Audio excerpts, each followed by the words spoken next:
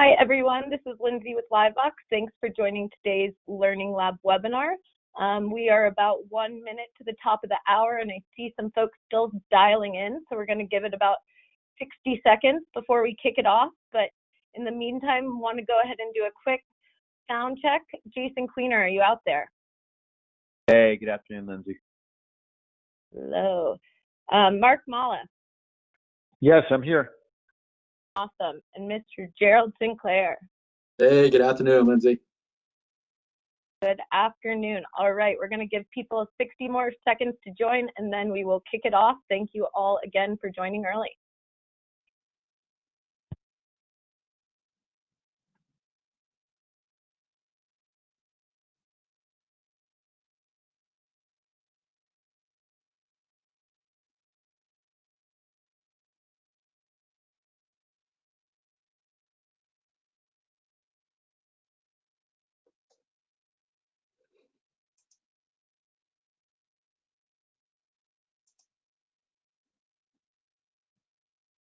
All right, it is 11:01 Mountain Time, so I think we'll go ahead and get started.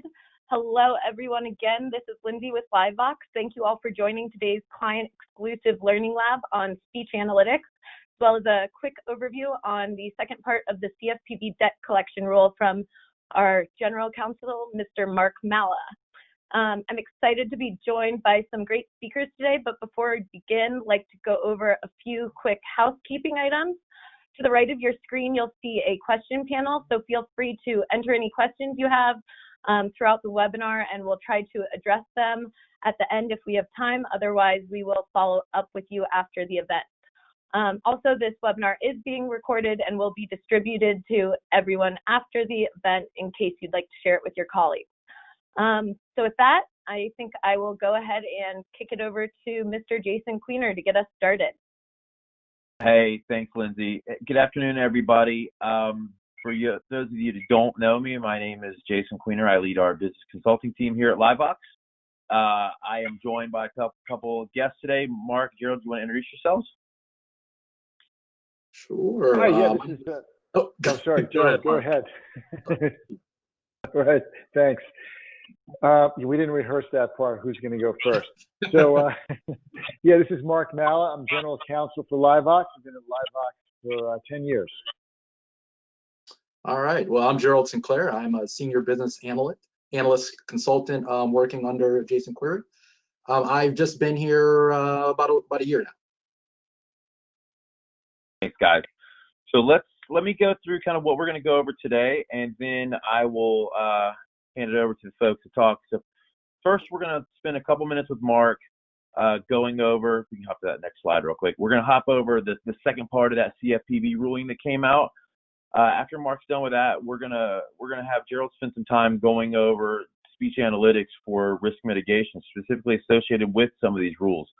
And that will be kind of really the direct application of those. So how can we use speech to keep ourselves as compliant as possible? And then Gerald will spend a few minutes on the top quality and compliance capabilities, and then we'll do as much Q&A as we can. So again, if you have questions, use the panel on the right. If there's something that's timely, maybe we'll jump in as the slides are going. If not, we'll hold them till the end. We'll do as many as we can, and we'll get you out of here before the hour is over. So with that, Mark, I'm going to hand it over to you, and you can kind of go through that new part of the CFPB ruling if you could. Yeah, just from a high level, as we know, the CFPB came out with new debt collection rules in 2020. And the first part of the rules came out in October, late October, and related to number of calls you can make, rules related to text messaging and emails. Then on December 18th, the Part 2 came out. So the Part 2 concerns three areas. One is time-barred debt. So, this is debt that's outside the statute of limitations. Basically, not a lot of changes there. As before, you cannot sue. You cannot file a lawsuit or threaten to file a lawsuit on time-barred, out of statute of limitations debt. We're going to get into this more because we have a webinar on January 20th, a week from today, with Joanne Needleman, who knows this stuff backwards and forwards.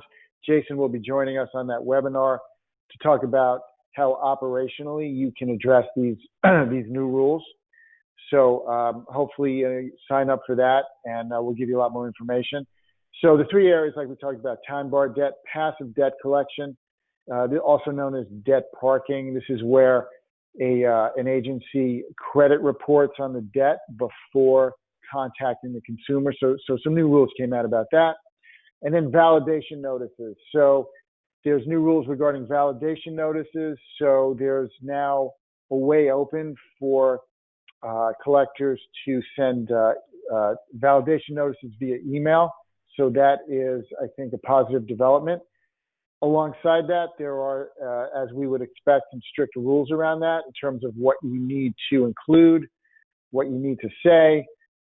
There's actually a model validation notice as part of the new rules. So you want to pay careful attention to that. If you're doing any sort of vendor management, you want to, closely, look at your agencies and make sure that, they are complying with that. So again, we have this webinar set up with Joanne Needleman and Jason and myself a week from today, 1 o'clock Eastern. Would love to have you join us for that. And with that, I'll turn it back over to you, Jason. Thank you, sir. And Lindsay has a link in here for when the deck goes out after the webinar, where it's an easy registration link there. So let's get into the second part of the conversation. So Gerald is obviously going to do a very deep dive on this here in a little bit.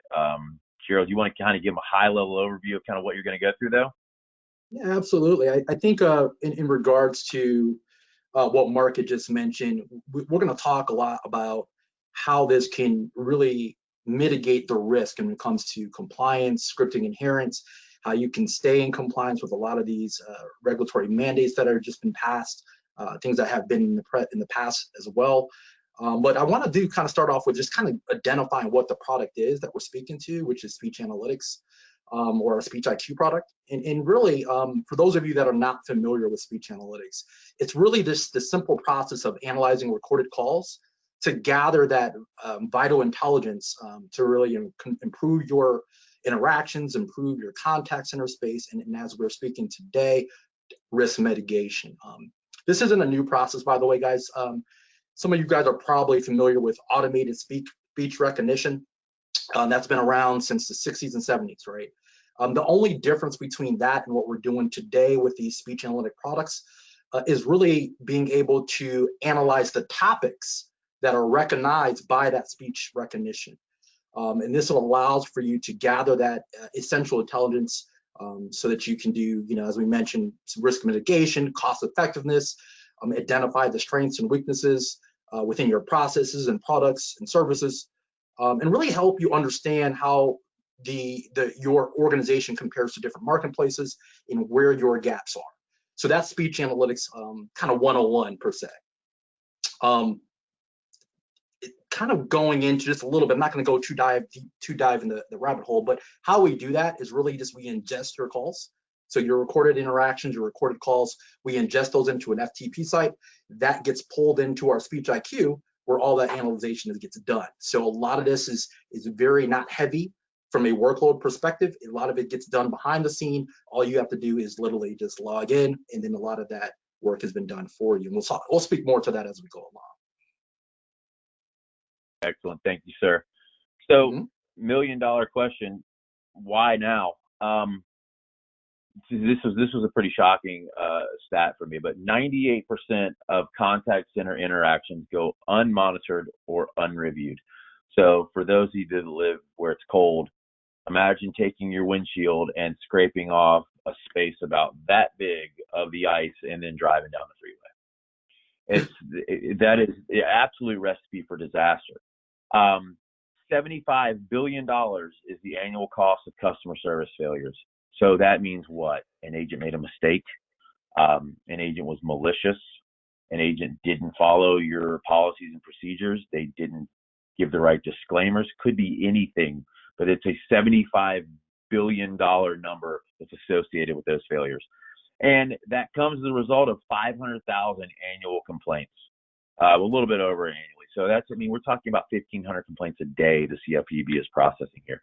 So let's hop to the next slide and we'll talk about what we can do about it.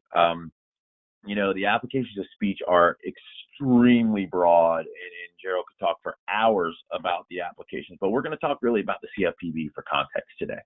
So first and foremost, take that 2% and move it to 100% of your calls. That's the big one, right? So that you're not missing a single opportunity, you're not missing a single area to review, coach, improve. Understand how your agents are handling capturing consent, opt-out, and mandatory statements. So as we go through this, you're going to see, and we're going to remind you that as customers can say things like, yeah, call me back. Okay, how do you validate that? Are you going to trust your contact center agents? I was a contact center agent. You shouldn't have trusted me. I was a mess. I said it on our last webinar about this.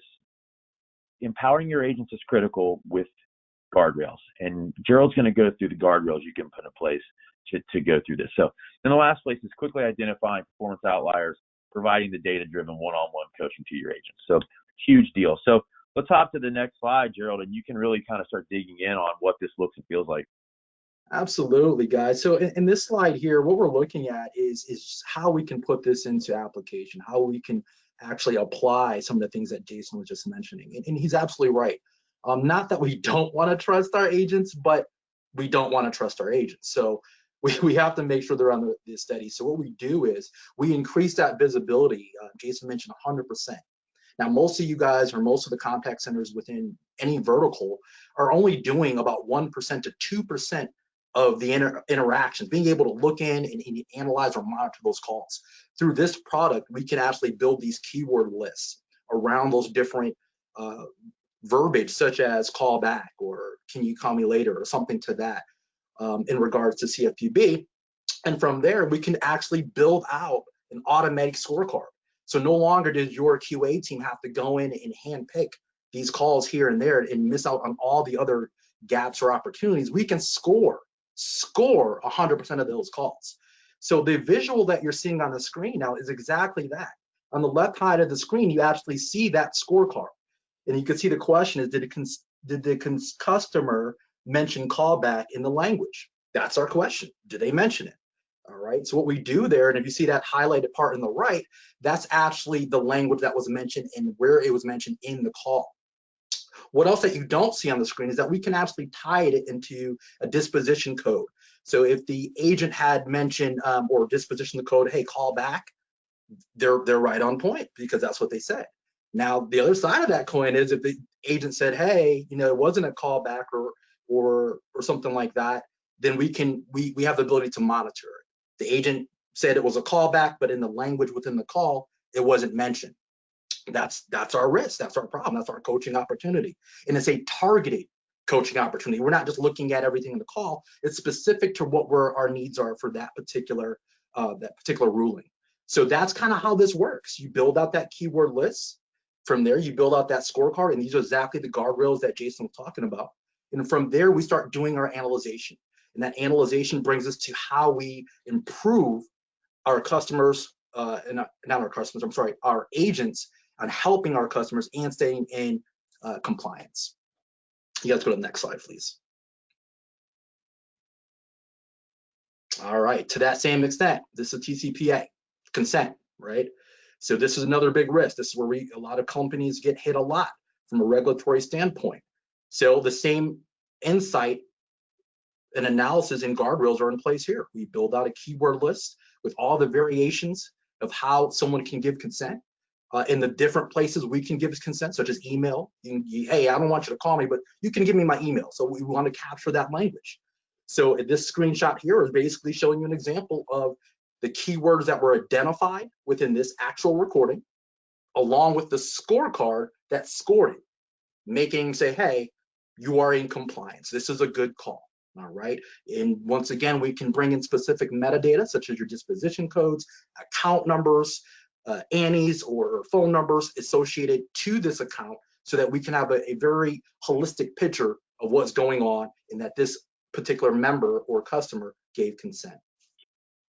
Hey, Gerald, so something that caught my eye on this that I wasn't aware of before I got really digging into speech analytics was, correct me if I'm wrong here, but you can build these scorecards based on that verbiage or that communication coming from either the customer or the agent, right? So it's not someone said you can call me back, it's the customer said you can call me back. Is that accurate?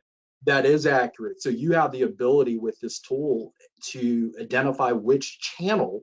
We're talking about channel here, stereo. When we talk about channels, it's not your TV. We're not talking about that. We're talking about the customer versus the agent, right?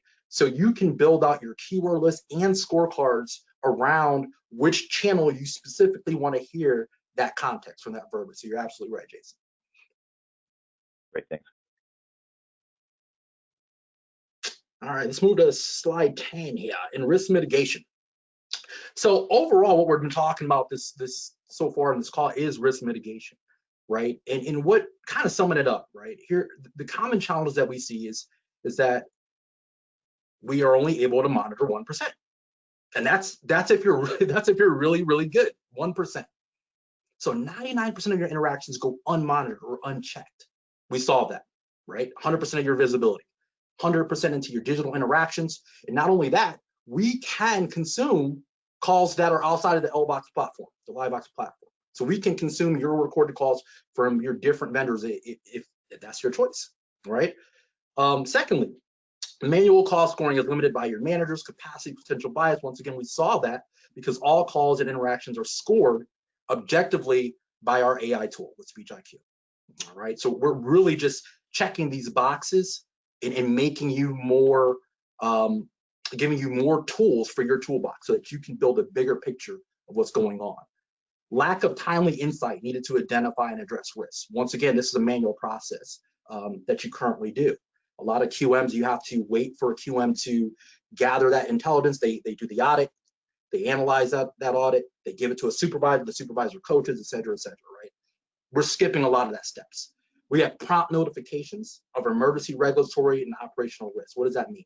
That means we can set up alerts based off those scorecards. So if we have some type of failure in regards to something not matching up, in regards to the disposition code to the language mentioned in the call, you can be alerted to that. You don't have to go digging. We'll tell you, hey guys, we have an issue here. Come on, log in and take a look. All right. Lack of insight into customer experience and agent performance. This is huge. So we're talking about regulatory here and risk mitigation, but we also need to talk about the customer experience, a person actually on the call and what they feel. So that we have something using our IBM Watson tool. We have sentiment analysis. This is basically giving based off what the customer is saying, a sentiment of if it was a good or bad call. So we have that right out of the box. You don't even have to configure that. It's already done for you. Inside of that, we can identify training needs, targeted coaching. So forget that just random coaching anymore. Did they say the Greek? No. Specific targeted coaching around specific content with concerns into insight what may be happening with every conversation. Lastly, we have the problem of difficulty in identifying and retrieving the most important calls for review, whether it's supervisor or manager or even your training department. What we do now is we can easily search and retrieve specific or key conversations that are relative for review or for training or for both. All right, so once again, we go into targeted coaching, targeted behavior. How does this help you? What is the benefit for you? Time. It puts time back in your pocket and probably resources back in your pocket that can be used for something else. So that's kind of what we're talking about as an overview perspective.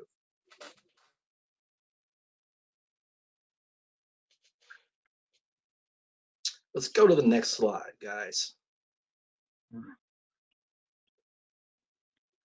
Jason mentioned earlier, and we just kind of hinged on it, being able to find any type of specific targeted interaction that you need. This slide actually speaks to that. Through our advanced filtering capabilities, we have the ability to dive deep into your interactions to determine the specific behaviors that you're looking for. Now, I was kind of taking light of, did you look for greeting? But now we can look for greetings and simple things like that among all your recordings just by the keywords. And that's kind of what we listen for manually anyway, right?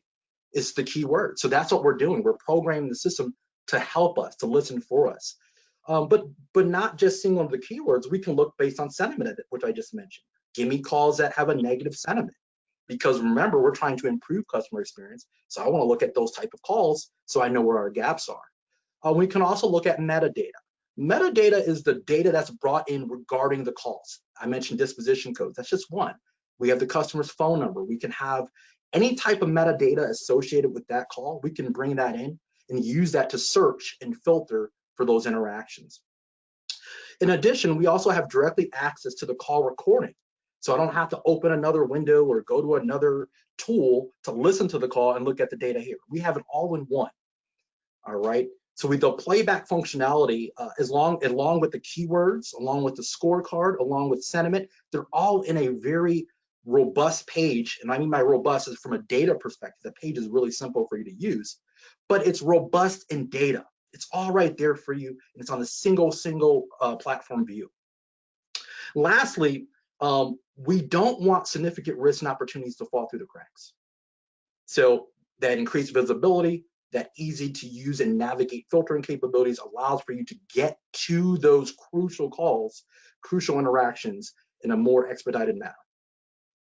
Next slide, please. I have a point of verification for Mark, but then I'm hoping you can answer the question. Mark, I'm pretty sure, but I want you to validate. I'm pretty sure there are states that require some sort of a disclaimer that you're recording the customer's call.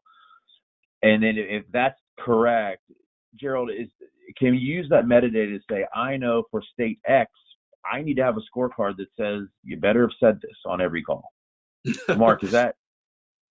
Yeah, this requires a disclosure. So some states are one-party states where you can two parties to a call. You just need one party to consent, and some states are two-party states where both parties need to consent to the call being recorded. Right. So as I mentioned, the metadata is very important, specifically in these type of use cases. And absolutely, if we have that metadata being brought in, state, for example, could be a metadata. Zip code could be a metadata. Those fields we can tie into a particular keyword list or scorecard. So that scorecard could be graded. That question could be asked based off of a piece of metadata such as the state or zip code.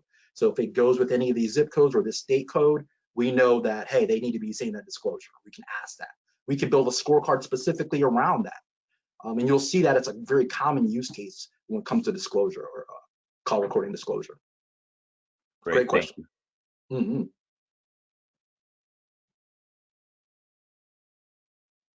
All right, automated scorecards. We've been talking about this all along, right? Build custom scorecards that are 100% grading or auditing your interactions. So we bake these key compliance and critical business terms into first scorecards you create. So what does that mean? That really means that we're looking for that those behaviors that you particularly would do manually anyway. And we're really taking care of all your areas of opportunity. We want to look at your areas of opportunity and see how we can resolve those or identify those or processes improvement through these scoring, through these automation. All right. I like to look at it as a piece of a puzzle. When I used to do puzzles back in the day, you'd get the border and then you start filling in the blanks. And even if you're missing one or two pieces, but you filled out everything else, you can kind of get a scope of what the picture was. That's what speech analytics does. It's creating a better picture. All right. And the scorecards helps you do that. It helps you with those 100% interactions. It's giving you a better picture than that 1%. And that's what it's going to be. Now, will you miss pieces here and there? Probably. It's technology. That's what we deal with. But at the end of the day, you still have a better picture than you did the day before not using speech analytics, right? And the important part that I want you guys to hone in on or to leave with today is that piece of the puzzle, is those pieces together. You're not doing that small fraction of calls anymore.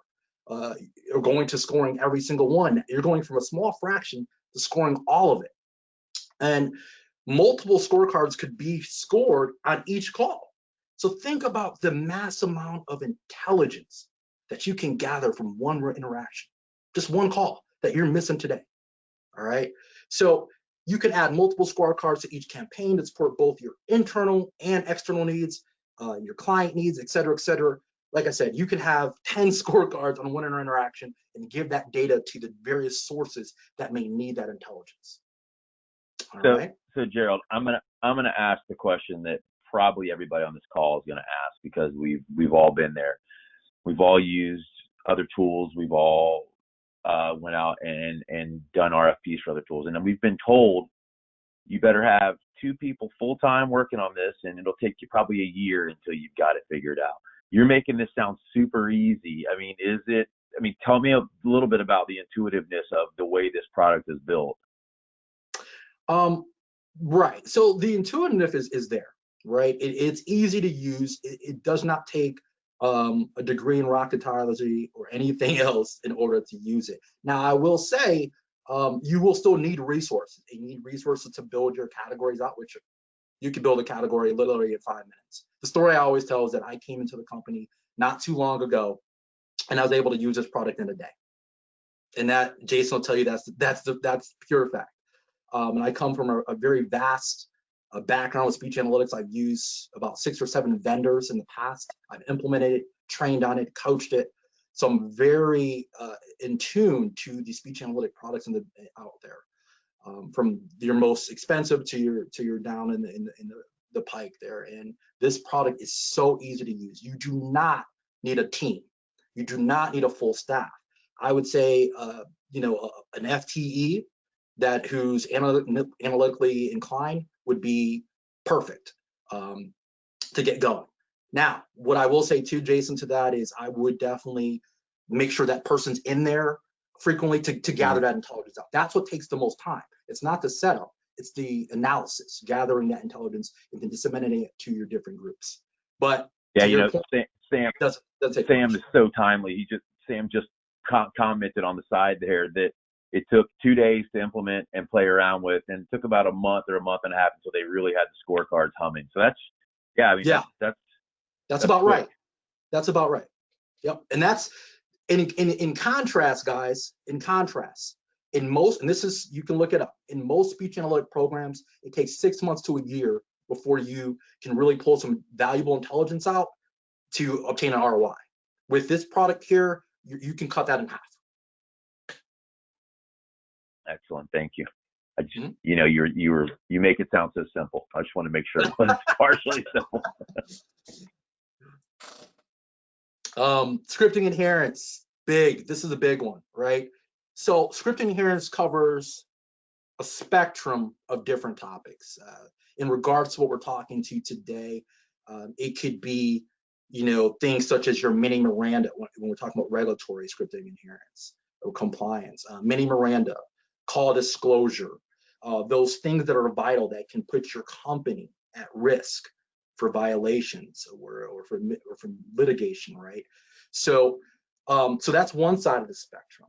And then you can see this on the screen here, how we have captured something that's very common to our collections clients is reading off full disclosure, reading off the mini Miranda, right party contact. You can build those categories up and then build those scorecards. So when the screenshot that you see here is exactly that. We have a scorecard for mini Miranda visible.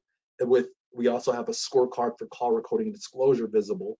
And to the right, highlighted in yellow, is just some of the key phrases to go along with that were identified on the call. So in short, we're saying, hey, this call isn't compliant. And it was really easy. The fact of the matter is, I don't have to listen to this whole call. I mean, really, I don't have to listen to it at all. I could just say, hey, there it is, let's go, keep it moving, right? So this really helps from a quality perspective to save time. But outside of this screen, guys, when we talk about scripting adherence on the other side of the spectrum, customer experience. Did you do the proper greeting? Did you do an acknowledgement statement, right? Did you do a proper closing? Did you set the right expectations? So all those things that you would normally listen for from a manual perspective, I can now have the platform, the Speech IQ platform, supplement or actually take over a lot of that role to make sure that we are in adherence to the things that we look for our organization to help us to create a better customer experience. So you have the regulatory and you just have the customer CSAT type. You bring those together right here within the platform. I mean, and this really opens up your management team to do what you want them to do, coach and develop agents, right? They're not they're not there to check the box for every call to make sure they said thank you for calling ABC Bank. They're there to make sure the agents are succeeding in first call resolution and in leaving that customer with a good experience. I mean, so that's the coaching and development opportunity here, is that I think I said it on one webinar. It's like those gold mining shows where you're using speech analytics to take off that 50 feet of dirt so you can start panning for gold. So yeah. I love this scorecard thing. Targeted behavior, guys, is something that we all, little background on me, I came from operations. I was in a contact center. I was on the phones. I did a senior manager for a while, so I was managing hundreds of agents, different departments. And one thing that we lacked at the time was being able to target our coaching sessions. We just had this coaching session that would last an hour. Here's your 3 calls. Here's what you did good. Here's what you did bad. Those days are so old. And I apologize if I offend any clients on the call, but really, if you're not where we are today, where you can get in a coaching session and that coaching session lasts 5 to 10 minutes, and that agent knows exactly where their areas of opportunity are, their successes were, you're missing it. You're wasting time. That time could be easily spent with those targeted behaviors and then rotating it out and then improving and controlling the dynamics of that coaching session, right? Controlling it. We know we have some improvement. We did the coaching session. That was the action. We did some improvement. We have to control it now, and we don't have enough time to do controlling without a tool like this.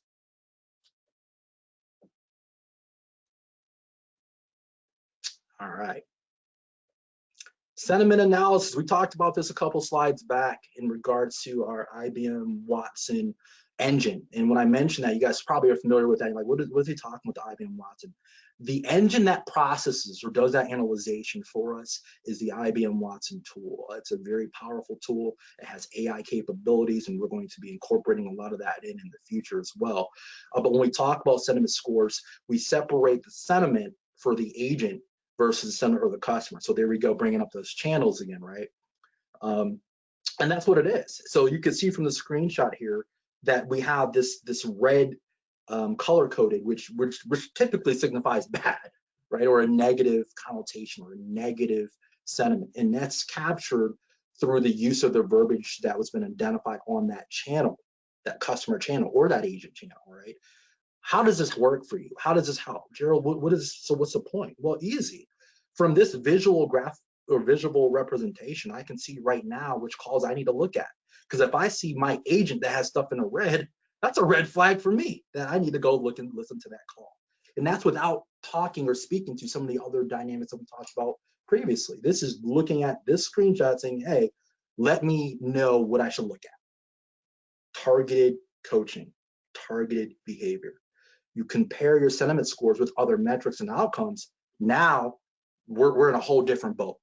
Now we can coach and train on that valuable insight and intelligence.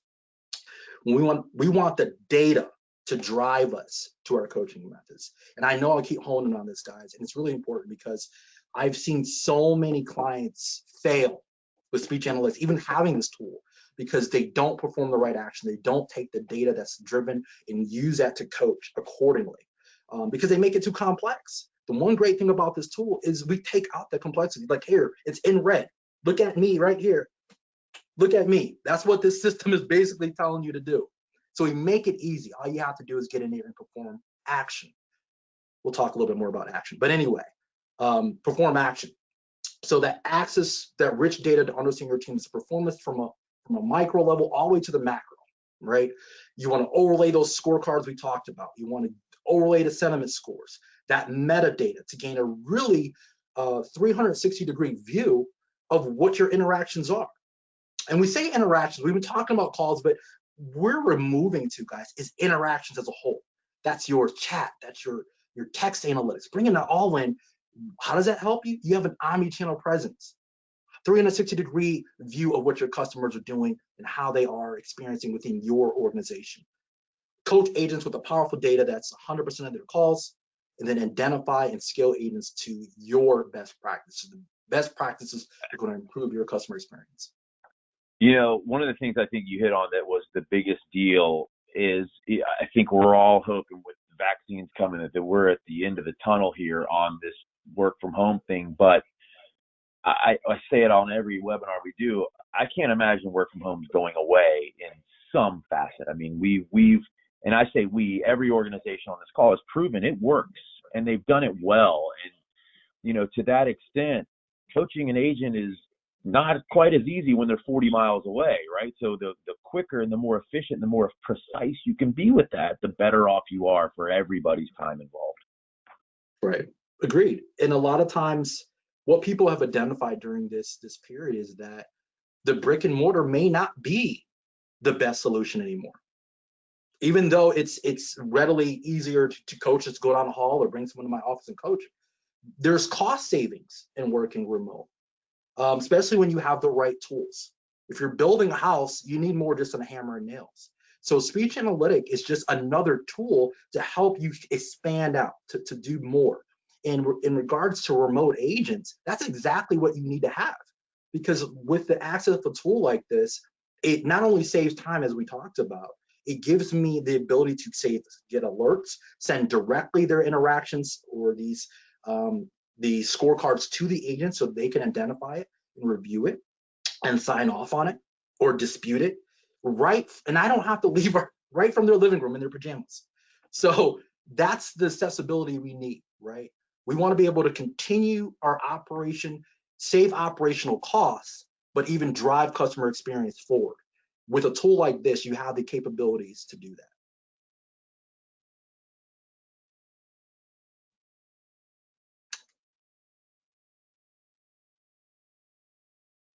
All right.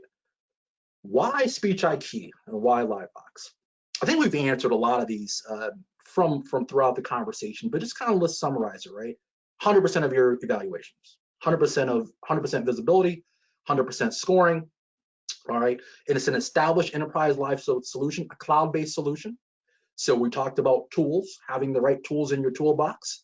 Well, this is one of those that come with the quality management included, that you can do automated scoring and manual scoring. You could do your dispute and acknowledge with the tool. It's cloud-based, so you can get to those remote agents without having to come into a brick and mortar in order to do that. As I spoke to, the unrivaled ease of use. I mean, guys, I can't hold on that part enough. I mean, just coming in brand new and saying, "Hey, Gerald, you have speech analytics." Thanks, Jason. I look at the product and like, oh, this is it. I got this. A day later, I'm building out scorecards, and that's fact. And then the biggest thing that we don't talk about a lot is the partnership. So when you get LiveVox, it's not just like, here, you bought the product, see ya, here's the keys, we'll see you next time for your checkup. No, it's a partnership. We want to ensure your success. So you have us at your disposal. When you need help, whether it's a business review, whether it's consulting, whether it's implementation, et cetera, we're here. We succeed when you succeed, and that's our goal. So that's why we want you to look for Speech IQ to really fast forward and promote your experiences, and we want you to be with us with our LiveVox. Excellent, thank you, sir. That was fantastic. So I've been trying as we go through this to incorporate as many of the questions that came up into our conversation. We didn't hit a few, so I'm gonna take a run at a few of them now, and I'll take the first one. Sure. The question was there any studies, examples today showing an ROI? Here's the good news. Gerald has about 4 ROIs for speech analytics. So I would encourage you to reach out to your account team. They can use your specific data. We can build an ROI that's specific to your data set and your KPIs and get you those answers. So yeah, you know, I was actually shocked when he came to me and said, "Oh, there's not just one ROI, there's several." So it's a really good exercise. It depends a little bit on how you define success. Everyone defines success in their contact center differently, but the ROIs are there, so we're excited to have those. Gerald, I'm going to give you this one because you brought up multiple scorecards earlier. The question was, I think there's a little confusion because you said multiple scorecards for a campaign. Can you just clarify? You can create scorecards for groups outside of a quote service or campaign, right? That's really your discretion on the metadata, right? Yeah, it's however you want to use it. I could build a scorecard around it. So if let's look at a service, and I have a scorecard for Mini Miranda for that service, just that scorecard. I can have another one for full disclosure. So it's however you want to utilize that metadata to build your scorecards, but you are not limited to have one scorecard per service, per call, per anything. You could, the examples are endless in regards to how you can use it. So yeah, it's open up to how your possibilities and to your imagination. Yeah, and I think we said it earlier. You know, you could have a scorecard for any call with the result code of scheduled callback, and that same account could be included in a scorecard that has to do with call monitoring, consent, right, and disclosure. So yeah, really no limit there. Now, last question I will take because we got it from 7 people, so this is by far the most popular question. Can we support real-time analytics? The answer is it is being actively worked on. We've done some really cool proofs of concepts on it, so we feel really good about it. I was texting, if you saw me, while we were talking to our product team to make sure I wasn't going to get in trouble. And Nick Morris, who leads that group with Charlie Eaton, said it is planned to be generally available in U18. Most of you are on 13 or 14, so that's not far. I mean, we do quarterly releases, so that's on the very near horizon, and we're very excited about that. So, Lindsay, I think I got all the questions. Folks, if you didn't, Lindsay's going to give you some marching orders here. But again, I want to thank Mark and Gerald and everybody for the time. I know everybody's busy, but I think this is really important stuff we're going through. Hey, Jason, really quick, I'd like to just add something to that last question, if you don't mind. Go ahead. Thank you. In regards to real time, guys, when you're inquiring about real time, really do your due diligence of how you're going to use it. I've done real time in the past for speech analytics, and it's a big buzzword. Oh, I want real time. I want real time. We also, the previous questions about use cases. So do your due diligence of how you're going to use it, why you want to use it. It's a cost for that. And we want to make sure that you get a return. And there are tons of use cases that produce ROI. Real time can be one of those. And I say can in quotations because it depends on how you use it. I've seen a lot of real time just go under the bridge because they don't know how to use it. They don't have the resources to staff accordingly to produce that ROI. So really just do your due diligence, work with our team of once we get it out there of how to best use this product to get an ROI and to be productive. Thank you. Yeah, it's a great point. You know, I kind of liken it to the real-time campaign alerts. You know, 99 out of 100 real-time campaign alerts we end up turning off because it's just you get so Pavlovian, you're like, click, all right, I got it. So yeah, it's a great point. You know, design's critical. That's a great point. Thank you, Lindsay. Sorry about that. Back to you. No worries. Thank you, Jason, Gerald, Mark. Appreciate your insight as always, and thank you all again for joining this month's Learning Lab. We will be sending out a copy of the recording of this webinar as well as the deck. We do have a decent amount of resources on both Speech IQ as well as the recent CFPB ruling. We hope you all will also join us next month for our February Learning Lab on our ticketing product. And like Mark mentioned at the top of the call, please be sure to join us next week for our follow-up webinar on the second part of the CFPB debt collection announcement. And with that, I will give you all some time back in your day and hope you have a great day. And thank you all again for joining. Thanks, Lindsay. Everybody. Thanks, guys.